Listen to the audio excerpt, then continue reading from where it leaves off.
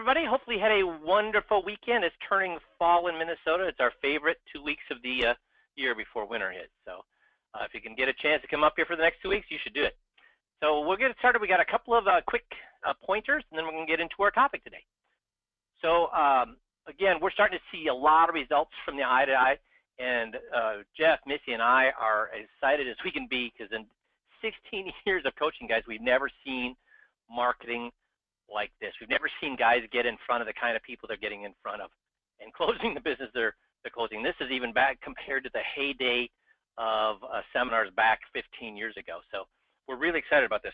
But as usual, there's still some guys that are having some problems. So I want to talk about the the typical problems that we're seeing. So Jeff, if you would jump in here after I'm done with anything that you've seen as well. But the two problems I've seen with guys that are bringing, or I should say guys and gals, because we've got gals bringing in over 700 per mailing as well now. The two problems where we're seeing guys that are bringing in less than that are it's over and over the same thing. First thing is they're not sending in tapes, and it's hilarious. So we got guys 150 miles from each other. One guy closing $1.5 million from 4 different people, and then another guy gets in front of almost the exact same number of people.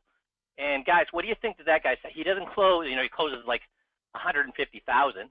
So what do you think his comment is? What do you think his comment is?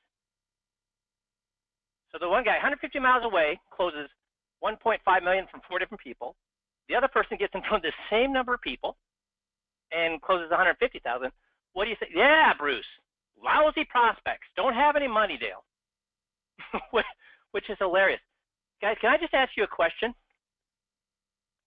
I have money, yet every year I probably say at least 10 to 12 times when people probe to find out how much money I have, I tell them I do not have any money. Why do I tell them I do not have any money?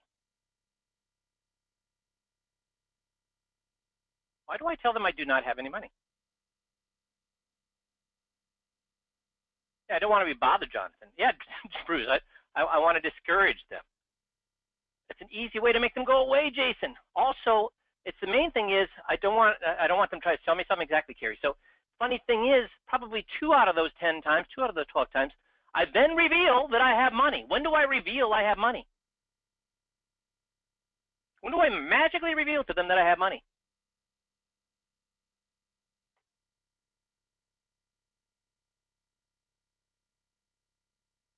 Nobody gets it?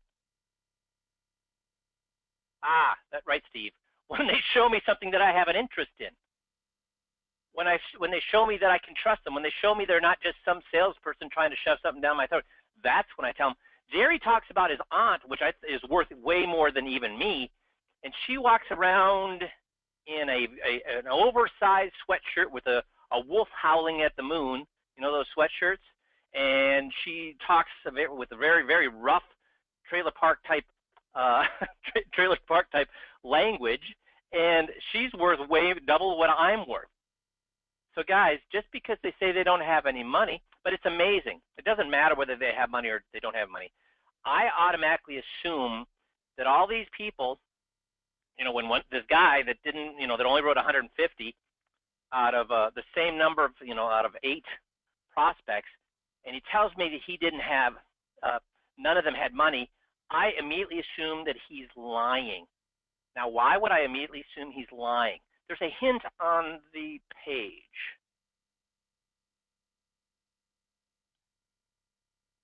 There's a hint on the page why I'm going to assume that he's lying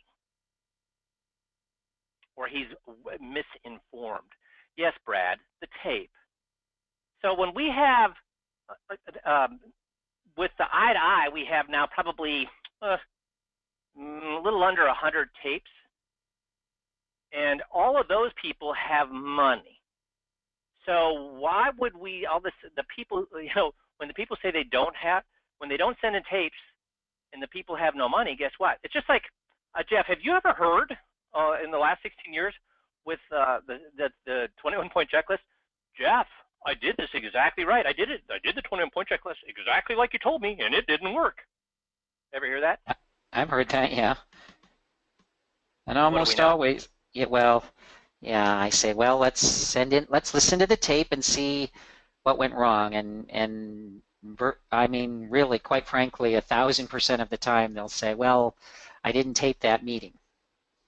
And it's kind of funny to us because it's predictable. I mean, it's just the way the world works, that you just magically don't have the tapes that don't work, but you do have the tapes of the ones that do work, and you don't need us to listen to those because those went fine, or even if you didn't have them, we wouldn't know because those went fine. I mean, you just have to be in the habit of taping every meeting. There's no excuse for not sending in, for not having a tape. I understand why you don't send them in, and that's fine. There are different reasons that people don't send them in, but there's no excuse for not having it.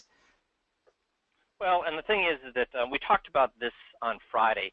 What is the most powerful tool you guys have? At your beck and call, what's the most powerful? Not the 21. Jason's got it. See if somebody else gets it. What's the most powerful tool you have at your beck and call? Not GOTS, not tapes. Now we're getting it. A lot of people. Yes, Jeff and myself. I will guarantee you. You send Jeff the tape. You send me the tape. I guarantee you we will tell you why the meeting went off the rails. Now, what's so good about that? Because we get Jeff and I then go out and meet in the lobby, and we all laugh at the fact that you guys can't do it right. Is that what we do? Is that why we ask you to send the tapes, guys? Why? Because if these guys the guy that only sold 150,000, if he'd sent in his first tape, what do you think might have happened?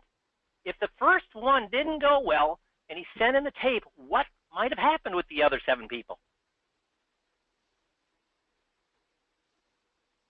I don't know if it would have happened to 7, but you know what?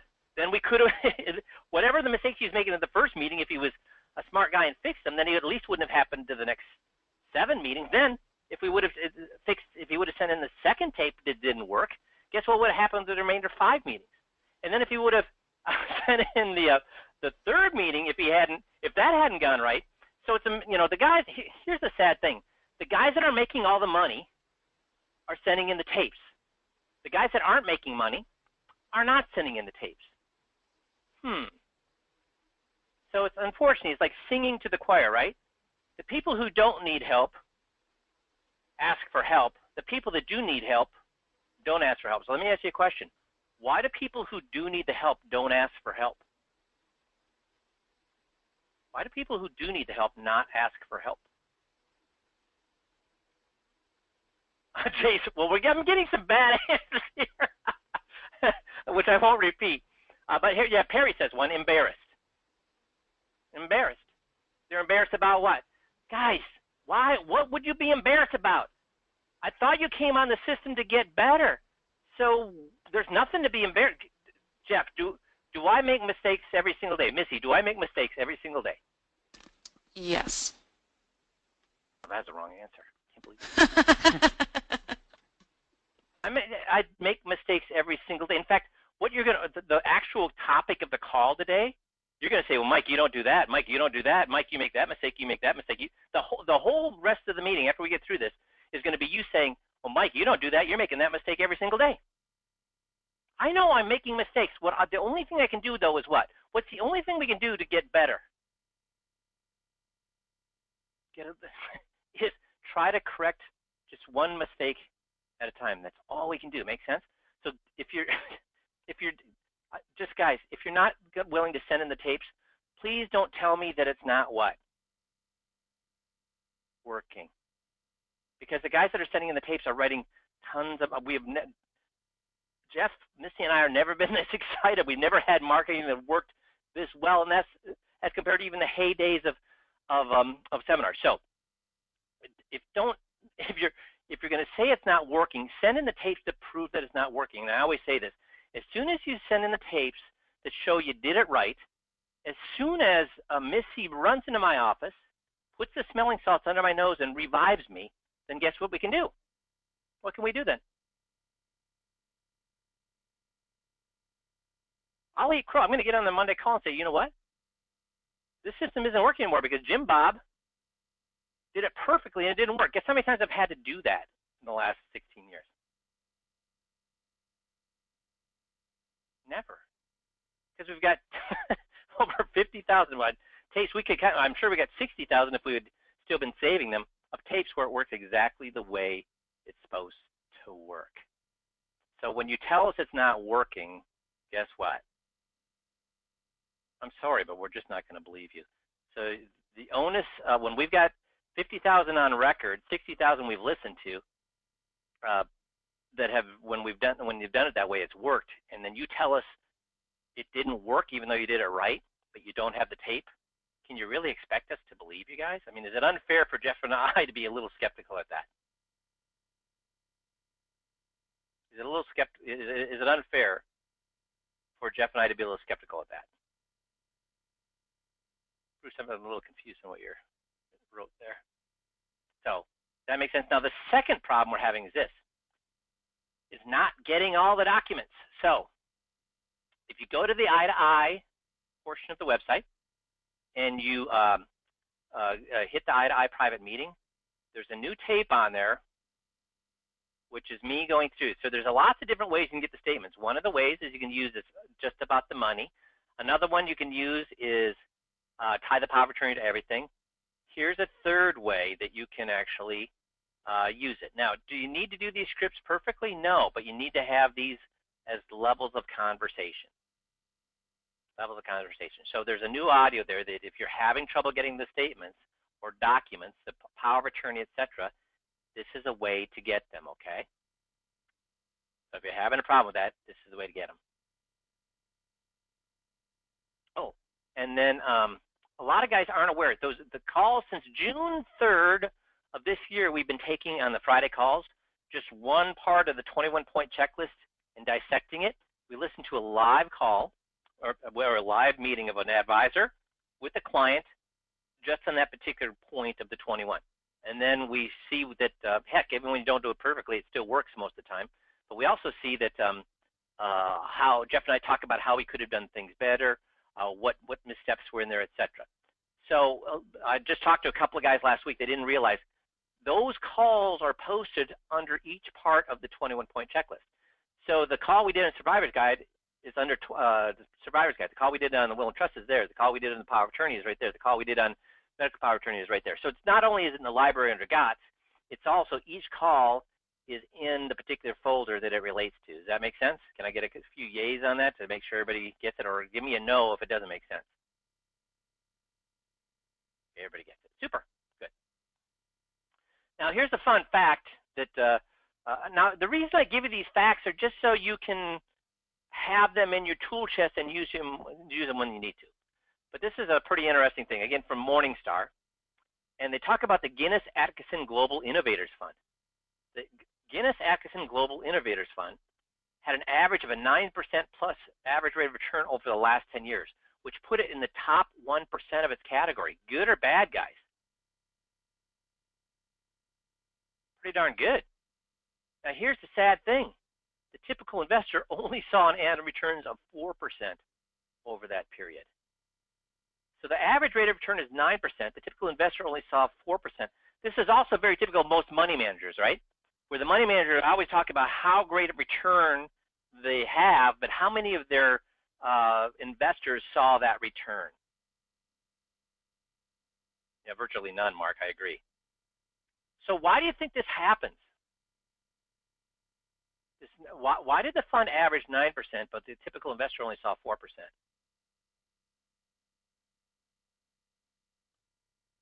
We got emotions and volatility. Emotions and volatility. This fund had all sorts of volatility. People moved in and out. So, when people don't want to invest in a fund when it's get killed, but to get an average of a 9% plus rate of return, guess when you got to move in? When the fund is getting killed. Instead, people want to get in after it's had 3 or 4 good years, and then it makes it into Money Magazine or Kiplinger's Magazine, or they start to show how great a fund is, and everybody jumps in at that point, which is right the time that the fund did what? Moved backwards. So that's why, when people talk about how great their money manager is, it's not what's being reported. And then how often with money managers have we found that what they were reporting were actually not even There was nobody actually invested in that particular rate of return that they're talking about. Instead, they used back testing for it. I think in the last 6 months, I've showed you 3 different money managers who've gotten busted for that. So when it comes to money managers, what are the 3 things that we promise people? When the market goes up, their account's going to go up. When the market goes down, their account's going to go down.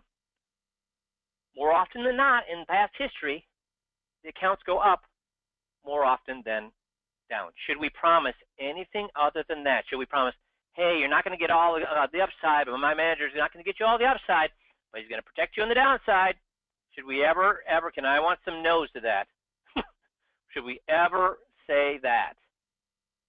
So I got 2, 3 no's. I need a lot more no's than that. Because guys, that is a big fat what? If you think that your manager can do that, contact me. I'm going to put all my money with you, I'm going to become a very good client of yours. But I'm going to ask for one thing. If you really believe that, you put your house on the line. So if that does not end up being true, you need to give me your house. Anybody want to take that up? Anybody want to take that up? Yeah, nobody wants to take that up. Okay, so market goes up, your account's going to go up. Market goes down, your account's going to go down. More often than not, the accounts go up. When they come to see me in a down market, do I have anything to apologize for then? If we all agreed on that up front, do I have anything to apologize for? See, I want to talk truths with people. I don't want to be trying to I want to be trying to explain myself to people.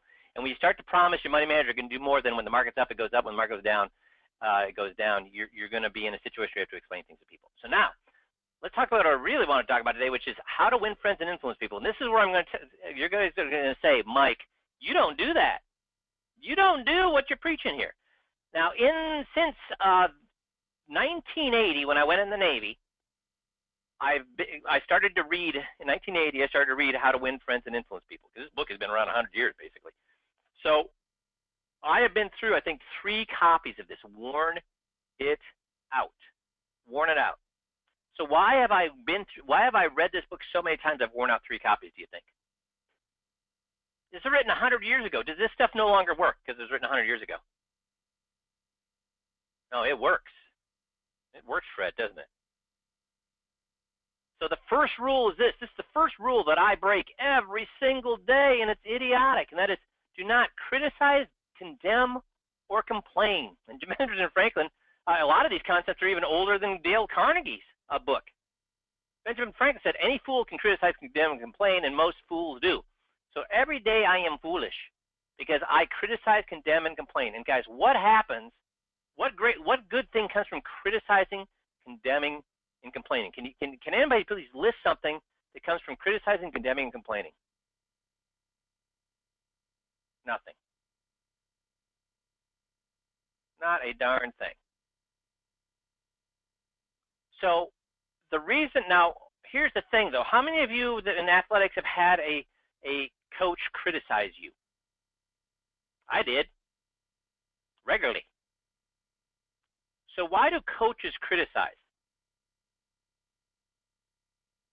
They only have so much time and they're working with how many people, and they need you to correct that thing how quickly. Chop, chop. Now, is there a difference between criticizing and condemning and complaining? Huge difference. Huge. Condemning means that you're actually telling that person they're bad.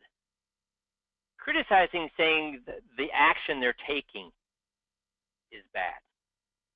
So, but the criticism that you want to have is constructive criticism. Constructive criticism. And I would say, when I'm working with you guys, only 80% of the time am I being constructive. Sometimes I'm so exasperated. The 20% of the time I'm so exasperated, I maybe go on the edge of no longer being constructive, but just saying, what the hell, guys? But that's not, how is that really helping when I do that with an advisor? No. But here's the thing that you have to know about me. The year I made $1 million, the year I made 667, those 2 years, do you think that I ever criticized, condemned, and complained about a client? No, not once. Because these were people that, why didn't I not criticize? Once I knew, if I realized this and I believe this, why didn't I criticize, condemn, or complain about a client in those 2 years? What did I realize about them?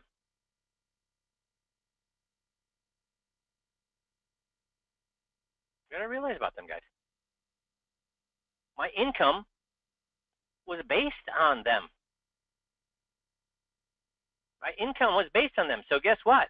If my income is based on them and it's stupid to criticize, condemn, and complain, I wasn't stupid when it comes to my money. Okay? So first thing, don't criticize, condemn, and complain. When somebody tells me all these people are plate lickers and tire kickers, why do I have not an ounce of sympathy for those people who tell me that? What is that? They are breaking the first cardinal rule of how to win friends and influence people. They're pointing the fingers everywhere except where? The excuses, Fred, exactly right. They're pointing the finger everywhere but at themselves, Steve, exactly. Because if you have something people want, and do people want the 21? If you have something people want, and you're the only person standing in between them and that, then where's the fault? You're the only thing between them and what they want.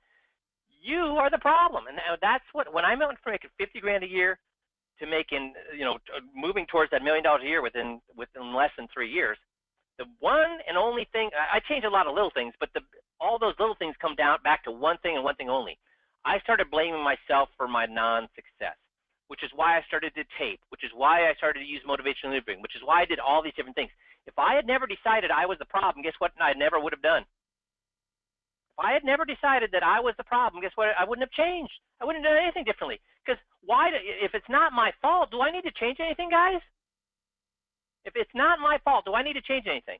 If it's the client's fault for being plate lickers and tire kickers, do I have to change anything?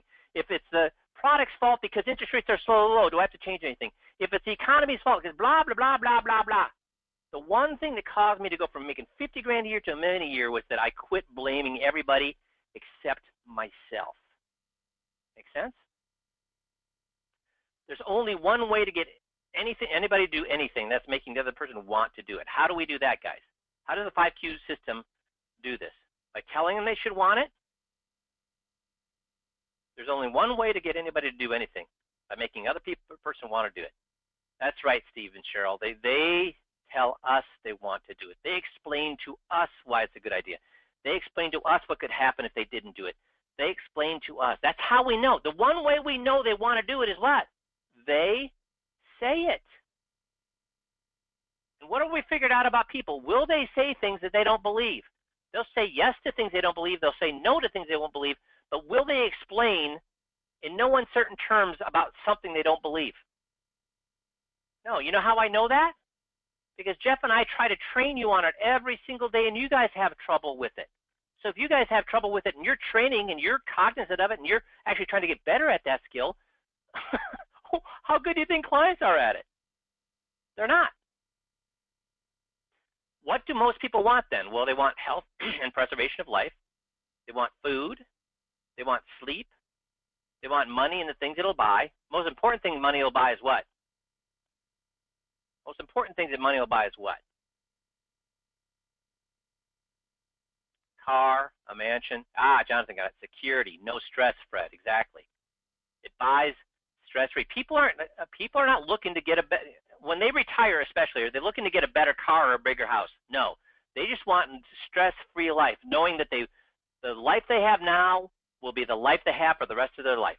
They want comfort, exactly. Life in the hereafter they want? Sex, obviously. Well-being of children, but here's the big one. Feeling of importance. And that's the number one thing. According to Dale Carnegie, that's the number one thing people want. A feeling of importance. We had those of you that watched the debate last night, we had all sorts of demonstrations of that particular thing, didn't we? So feeling of importance. So what is the 5Q system? What's the biggest tool we use in the 5Q system for feeling of importance? Fred gets it.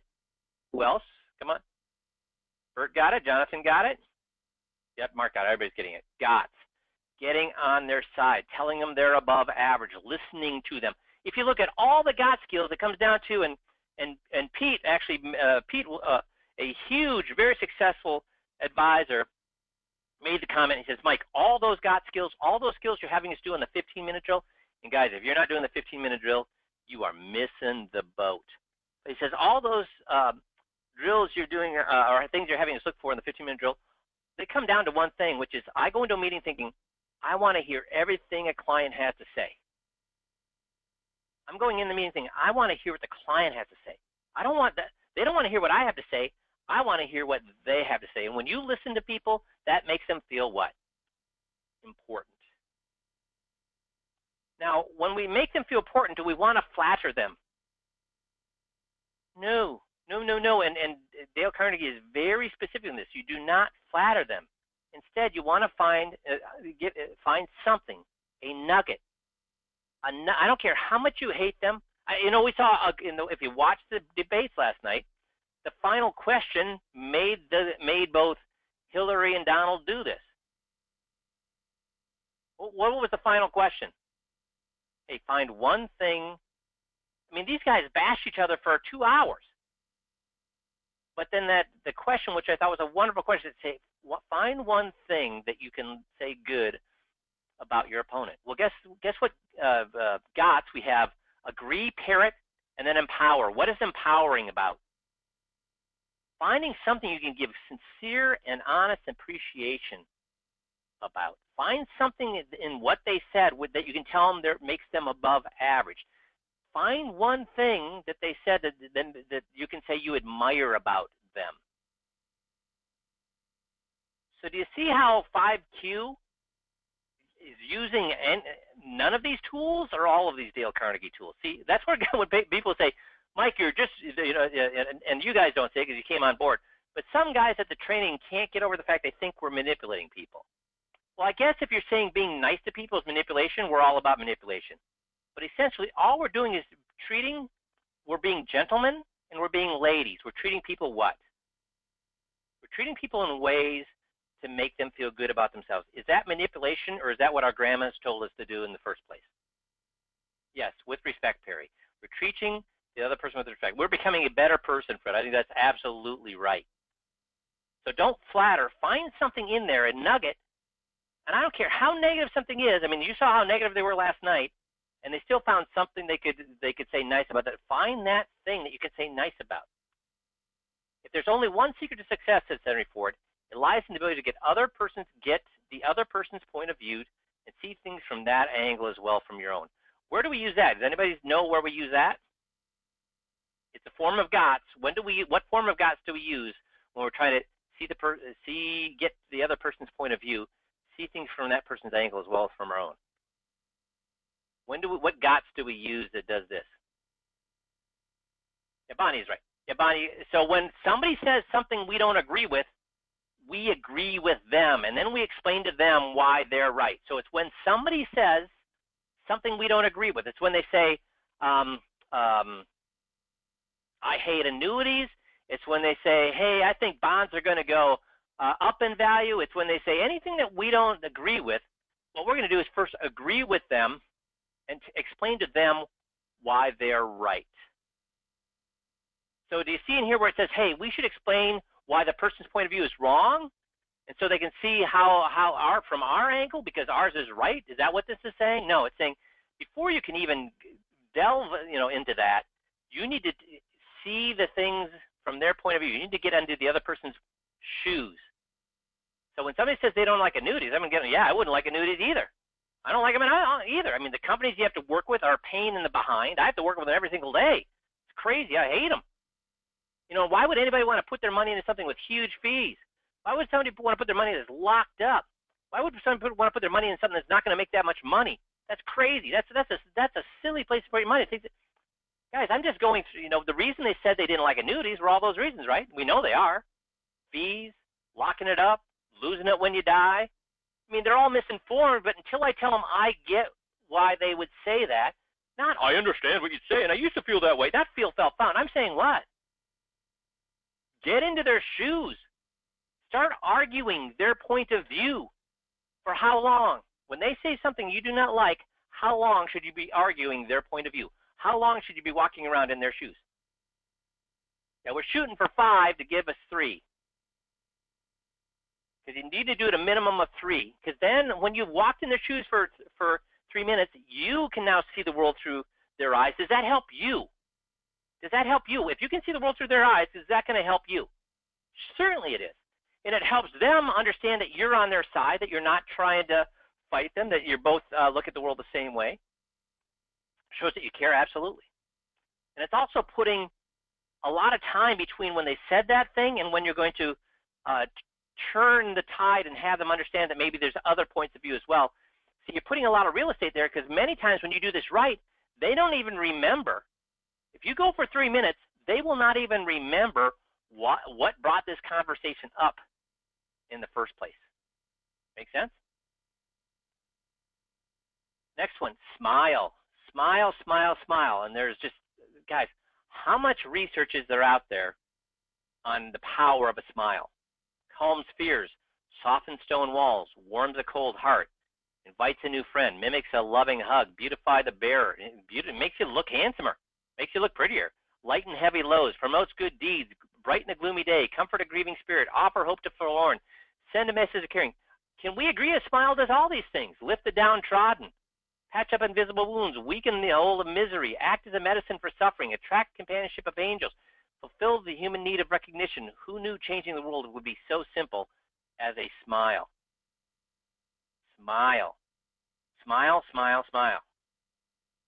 Remember that a person's name is to that person the sweetest and most important sound in any language. And a person's name is, it's not just the person's name. Guys, what do I say about you telling stories about you and what happened to you to make points in the 21? Good thing or bad thing? Should you be using stories about what happened to you to prove a point in the 21-point checklist? Never. Bad thing. Why? They don't really care about what happened to you. So the reason I use third-party stories and things that happen to me is because they're a parable. When I'm using a story in the 21-point checklist, I'm using it as a parable so they can understand the point I'm trying to make. But if I make the story about me, guess how guys, I've listened to tapes where you guys go on and on and on, and guess how excited you get about telling this person your story? You get all sorts of excited. And the point that you're trying to make gets lost. They get bored. It should not be about you. It should all be about them and their guy. Want to make friends? Become genuinely interested in their stories, not yours, and theirs. Now, Jeff and I talk quite often about at the first meeting,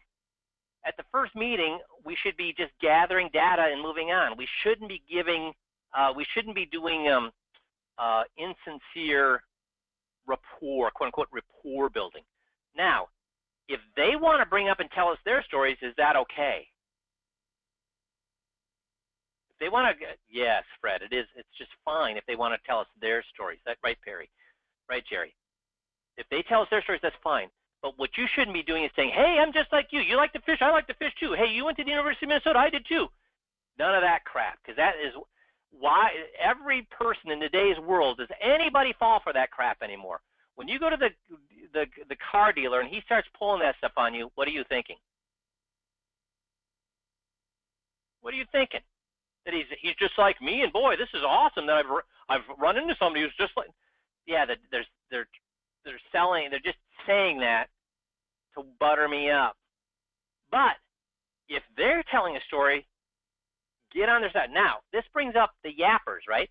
What if they want to talk about their stories? How do I handle that?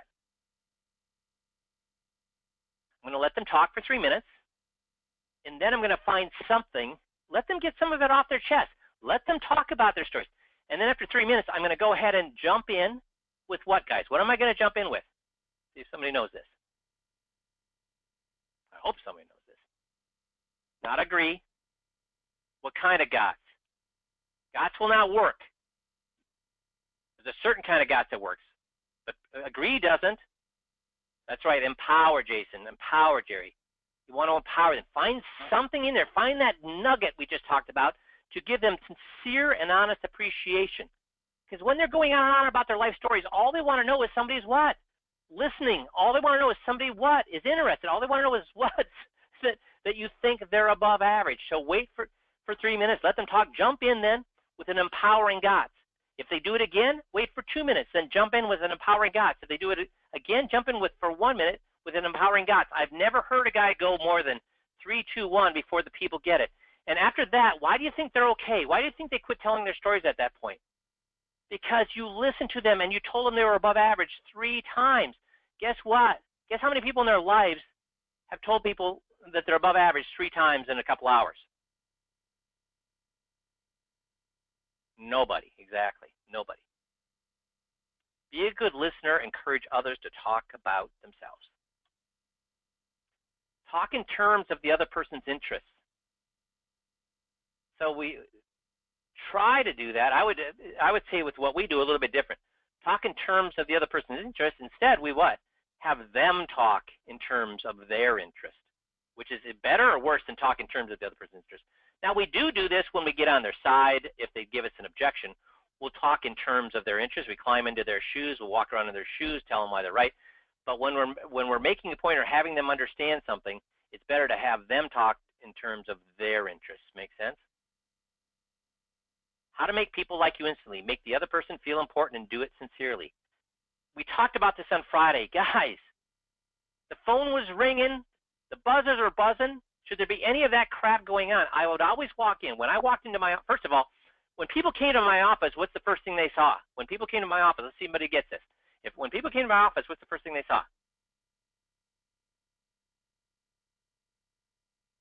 That's right. Their name on the marquee, Bruce. Their name on the marquee. How does that make people feel? I've only had that, no, not smiling, not whatever. The first thing they saw was their name on a marquee. In my life, that's only happened once. How do you think that made me feel? Oh, I'm sorry, twice now. In fact, last summer, or just a few months ago, my family went to a hotel and they had our name up there welcoming us. The kids thought that was this. And guess what's on both my wife's and my phone? What do you think on my wife's and my phone? A picture of that. Exactly right. A picture of that. So their name on the marquee. Then when I would walk back to the back room, guess what I always said to Judy, our receptionist? Will you please hold all my calls? Now, I'm not an idiot, guys, and she's not an idiot. Do you think she was going to send calls to me when I had a client? Now, I've seen it happen, which is idiotic. But I hope you would think that I'm not going to be like that. So do you think there was any chance of her sending calls to me? No, then why would I say that to her? Why would I tell her to hold all my calls when I'm with Mr. and Mrs. Smith? Why would I tell her that? To make them feel important, Cheryl. Exactly right. Right, Jason, Fred. To make them feel important. Right, Perry. So do little things like that. We've got the WOW on the website, the WOW, and it costs, geez, for $150, you can make them feel like a king and a queen for a day. For $150, if you're not using the WOW system, you are. Why wouldn't you spend $150 to make somebody feel like a king and a queen? When does that person want to come back? As many times and as soon as possible. So if you haven't incorporated the WOW system into your office, do it. Do it, do it, do it. The only way to get the best of an argument is to what? Avoid it. So what do we tell you? Do we ever correct anybody? Do we ever, quote unquote, help them? Never, if you can. That's what that 15-minute drill is about. That's what listening to tapes are about. Because guys, when we listen to tapes, guess what? Other than over-talking people, guess what the second most or biggest mistake people make, or advisors make? Correcting people. Correcting people. But an advisor, does an advisor think that he's correcting them? No. What's an advisor think he's doing? Helping them understand. Guess what the client's hearing? You're correcting me. Does anybody like to be told that they're wrong? No. Heck, that's why the guys that are struggling with the eye-to-eye, because they're not sending in tapes, they don't want to be told they're wrong. So if you guys don't want to be told wrong, guess what a client's thinking? No way. So when somebody says something wrong, what's the formula? First of all, we get on their side, right? So if they say that we need the will for when we're incapacitated, is that right or wrong? When we say what documents you need when you're incapacitated, and they say the will, is that right or wrong? It's wrong, right? So how am I going to fix that? I'm going to say absolutely.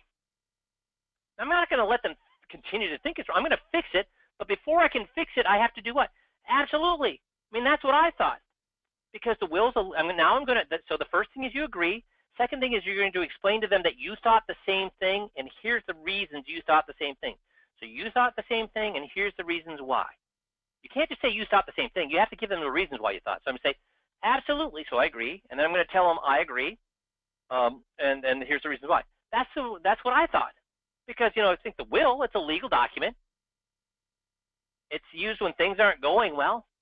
It's appointing people to take care of my affairs. So yeah, I thought, hey, incapacitated, you're going to need the will. And then I started thinking, hey, you know what? There's lots of different documents that they had me fill out when I went to the lawyer. For example, wills, powers of attorney. Now we just talked about this when we passed away, when we were up the pearly gates. Then what document did we need to divide up our affairs? What we went through probate with, or that our trustee used. What documents did we use then? Well, we used the will and the trust. Yeah. So when we die, we need that one. Now we have another document. So we've already used the will or trust. We know what that's for. Now we have another document for when we're incapacitated. So we've used the will and the trust for when we're dead. What document do we use for when we're incapacitated? Then I've laid it out there. They're going to say what then? Power of attorney. Say power of attorney. Yeah, so you're exactly right. Power of attorney. Do they have to now admit that they were ever wrong? The way that I did it there, so I agreed with them, said that's what I thought. I gave them all the reasons I thought that way, and then I started to ask little tiny questions till they came to their own conclusion of what was right. Do they ever have to admit that they're wrong? No. So what did we just avoid? An argument. I'll go to great degrees to avoid an argument, because Jeff, when somebody says, Jeff, I don't understand, because these people, they just would not talk to me. I mean, I was asking questions, they wouldn't even talk to me. Yeah, it's almost always, yeah, we find out that they were willing to talk, because we'll find times early in the meeting where they're answering questions and being interactive and involved and engaged. So it's not that they won't talk, it's that you don't give them the opportunity to talk, or you're arguing with them, you're correcting them. And so if you don't give them the opportunity, well, then we know why they're not talking. You're doing all the talking. If you correct them, then they're going to think, you know what, my answers are wrong anyway, why should I even bother? Yeah, so at the beginning of the meeting, they're happy, they're talking, and it just slowly degrades through the meeting. And Perry brings up, avoid questioning their intelligence. Absolutely. The only way to avoid to get best for argument is avoid it. Show respect for the other person's opinions. Never say you're wrong, okay, which is kind of a play on what we've just been talking about. If you're wrong, admit it quickly and emphatically. So if I ask a question, where do we use this? If I ask a question and they give me, and they don't understand what I'm asking, if I ask a question and they don't understand what I'm asking, what do? What do we say we do at that point, guys? Fall on the sword, Jerry, right. Fall on the sword. Fred, we say we're sorry. We're following the sword. So if I say something that makes them confused, I'm going to fall on the sword. I'm going to admit that I'm wrong quickly and emphatically. And what does that tell people about you?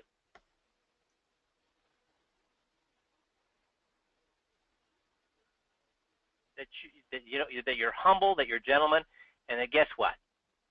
Can they trust? That's right, Cheryl. That you're honest. They can trust you. You're never going to try to hide something from them. You're never going to try to pull the wool over their eyes. If you're wrong, you're going to what? Step up, admit that you're wrong, and try to fix it. We have a problem on both sides of the aisle with that, and on the debates last night, right? If you're wrong, admit it. Dudes, people know you can paint a pig with lipstick all you want. If you're wrong, you're wrong. Just admit it, get it over with. Guys, do you think saying I'm right, and delaying the inevitable is going to help you? No, it only makes it what? See, if I don't admit that I'm wrong, what's going to happen to that meeting? Now it's a worm in their brain. It's only going to make them angrier and angrier as time goes on. But if I fall on the sword immediately, admit that I'm wrong, guess what? Poof! There's nothing to be mad about anymore. If I've admitted that I'm wrong emphatically and apologize and it's all my fault, how much more mad can they get at you guys? It's hilarious. When you admit that you're wrong and take total acceptance of something that went wrong, there's nowhere for them to go. There's nothing for them to get mad at. Does that make sense? Begin in a friendly way. I love this. There's a fable about the sun and the wind. They quarreled about which was stronger, and the wind said, I'll prove I am. See that old man down there with the coat? I bet I can make him take this coat off faster than you can. So the sun went behind a cloud, and the wind blew and blew and blew, almost like a tornado. But the harder it blew, the tighter the old man wrapped his coat around him. Finally, the wind calmed down and gave up. The sun came out and behind the cloud and smiled kindly on the old man. He mopped his brow, pulled off his coat, and the sun told the wind, gentleness and friendliness were always stronger than fury and force. Friendliness, appreciation can make people change their minds more readily than storming at them. I equate this to proof. Guys, the more proof you show it them, the more you try to prove they're wrong, the more you try to tell them that their beliefs are wrong, the more they're going to what? Take off their coat or bundle themselves up against your blowing and your hot air. The more you try to prove that you're right, the more they're going to do what? Be open or bundle themselves up. But instead, when you smile on them and let them, at their own leisure, discover these things for themselves, for the light to dawn on them for themselves, guess what they do? They open up to your way of thinking because they think, oh, wow, that's an awesome way to think. Get the other person saying yes, yes, yes immediately. And how do we do that? Because the whole system is designed for this, right? Because we never say anything to them. They should be saying everything to us. If they're saying everything to us, it's a version of what? Them saying yes, yes. Let the other person do a great deal of talking, obviously. Any point worth making must be made by who? Them. You should not be making any points at all. Let the other person feel that the idea is his or hers. Guys, that's what the whole system is about. The whole system, motivational interviewing, the 21-point checklist. Can I tell them their advisor is taking advantage of them? No. If I say it even once, guess what? Meeting over. The whole system is designed to let them come to the conclusion that my guy is taking advantage of me. Be sympathetic with the other person's ideas and their desires. Appeal to the nobler motive. Guys, let them believe that they're above average. Let them believe that they're one of the few and the proud. They'll live up to it. They'll love up to it. You can dramatize your ideas in business or in other aspects of your life. Do we do this, guys? How do we do this? How do we do this? Stories. Exactly right, Jerry. Stories. Call attention to other people's mistakes indirectly. We just talked about that, right? When they make a mistake, instead I say, yeah, exactly. And that's what I thought for boom, boom, boom, all these reasons, and then I'm going to ask them little questions so they can discover for themselves how they're wrong. And then they never have to admit that they're wrong. Do you notice how talk about your own mistakes before criticizing other people? So am I doing that there with the formula, guys? Agree with them, tell them that's what I thought, give them all the reasons I thought that, and then ask them little questions so they can decide for themselves. Do I use this? Do I use this right here? Is that the formula? Yes. Let the other person save face. Let the other person keep their dignity. See, that's the whole thing. That's the whole system designed to letting the other person keep their dignity. Ask questions instead of giving direct orders. Do we do that, guys? All over the place. So do you see that? I mean, sure, with the 5Q system, we're using motivational interviewing. What else are we using, guys? Over and over and over. How to win friends and influence people. That's the great thing about this system. Is it only going to work for a few more years before everything changes? Is it only going to work until DOL hits? Then it's not going to work anymore. going to work forever. This is how people think. Throw down a challenge. Give them something to live up to. Give the other person a fine reputation to live up to. That's, again, when we're empowering them. Praise the slightest improvement. Praise every improvement. Again, empowering them. Do you see how important in the GOTS? Yeah, it's great. You can't empower them all the time. You got to use agree. You got to use pair to move the meeting along. But always be looking for that thing that you can empower them. Always be looking for that thing that you can give them sincere and honest appreciation about.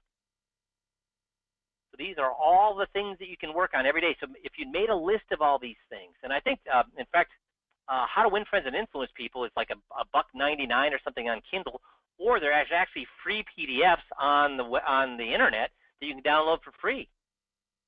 Make a list of all these things. Look at it daily. Take one that you're going to work on. Guys, all of this here, this is all about what we teach you with motivational interviewing. This is all that we teach you with the formulas that we give you on how to do the 21-point checklist better. It's about being a nicer person. It's about being the person your grandma wanted you to be.